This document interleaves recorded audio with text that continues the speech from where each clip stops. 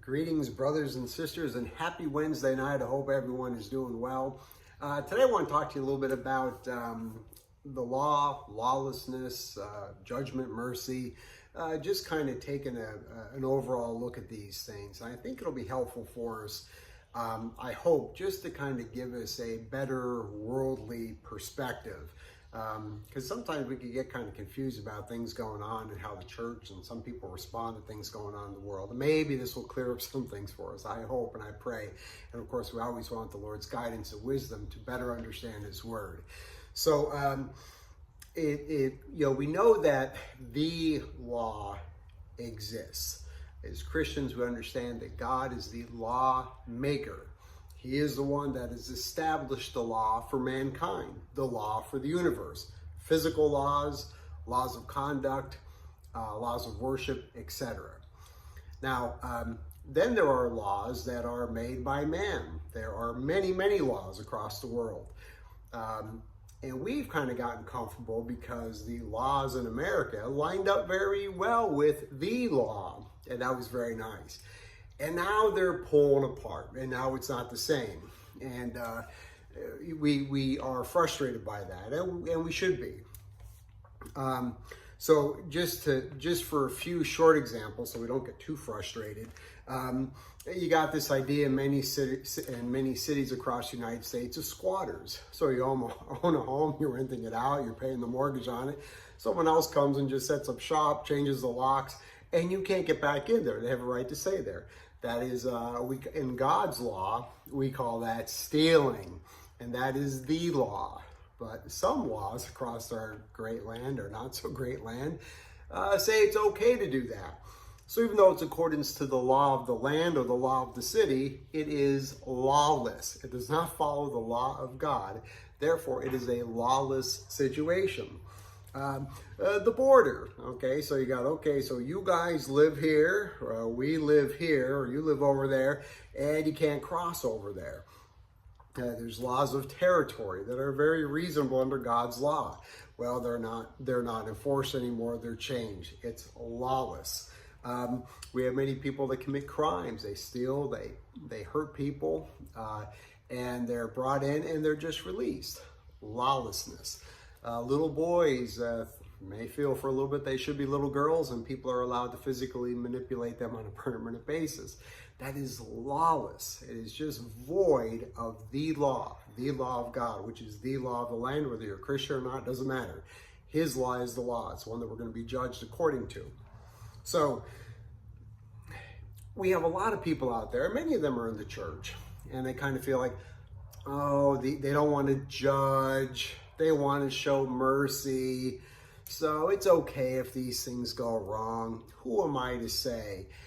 And sometimes those people can look more loving than us nasty people are, who are kind of infuriated by these things going on, because we know how many people are being hurt by not following the law.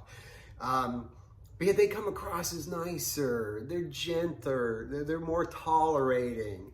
And even Christian people, they're more forgiving, more loving. But it really isn't true, because if you can't establish the law, you can't establish any kind of judgment, because anything goes, and you can't establish any kind of mercy.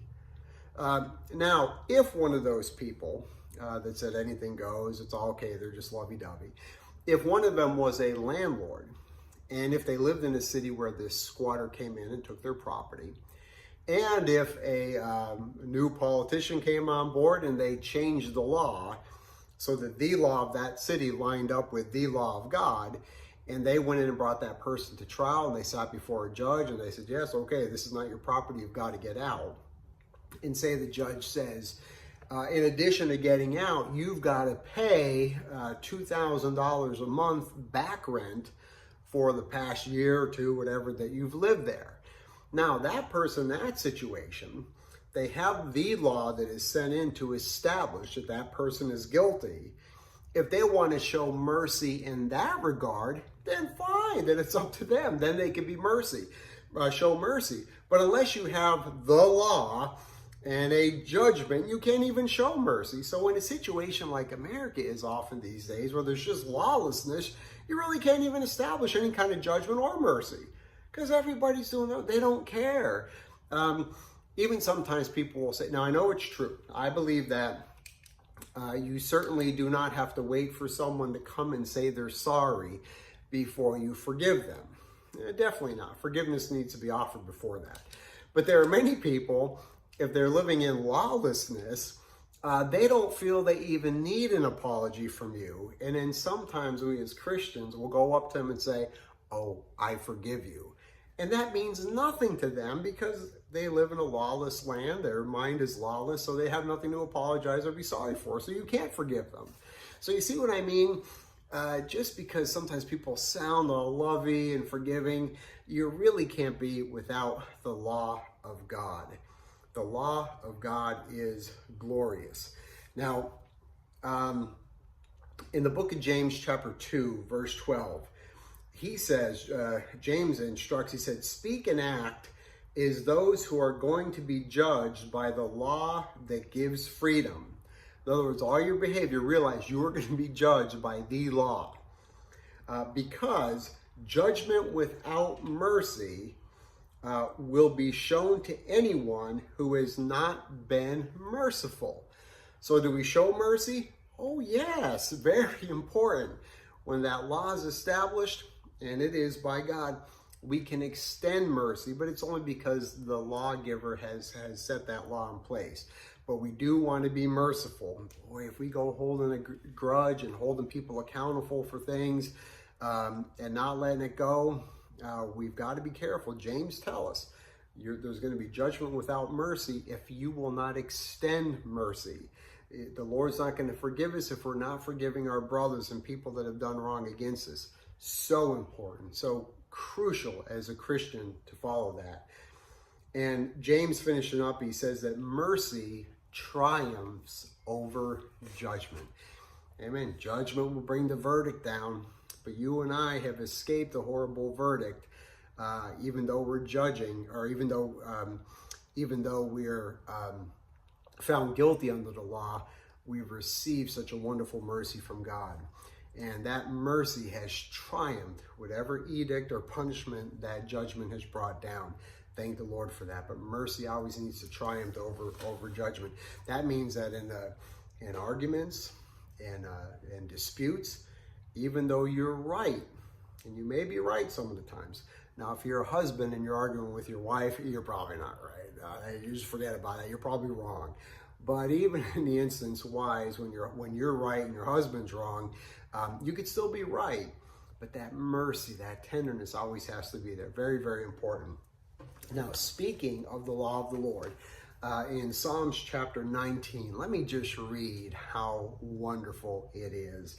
And the psalmist just lays it out. I think it's Asaph in this, oh no, this is David. I'm sorry, Psalm of David. But starting in Psalm 19, verse 7, and you know this one, it's a familiar one, verse number 7, the law of the Lord is perfect, refreshes the soul. Amen. It is a good thing to be walking and serving and following under the law of God. It is refreshing. Another version says it converts the soul. The statutes of the Lord, statutes of the Lord are trustworthy, making wise the simple. The precepts of the Lord are right, giving joy to the heart. The commands of the Lord are radiant, giving light to the eyes. The fear of the Lord is pure, enduring forever. Amen. Just that fear and knowing and respecting God for who he is and all of his laws and what he's asked of us. The decrees of the Lord are firm, and all of them are righteous. They are more precious than gold, than much pure gold. They are sweeter than honey from the honeycomb. By them your servant is warned, in keeping them is great reward. Amen. So it is, there's a warning that we have. We have an instruction. There are borders, there are guidelines, and it is refreshing and wonderful to walk within that as a servant of God. He is wonderful, folks, and just loving his law is so important as we serve him. God bless you guys. Hope you have a wonderful night.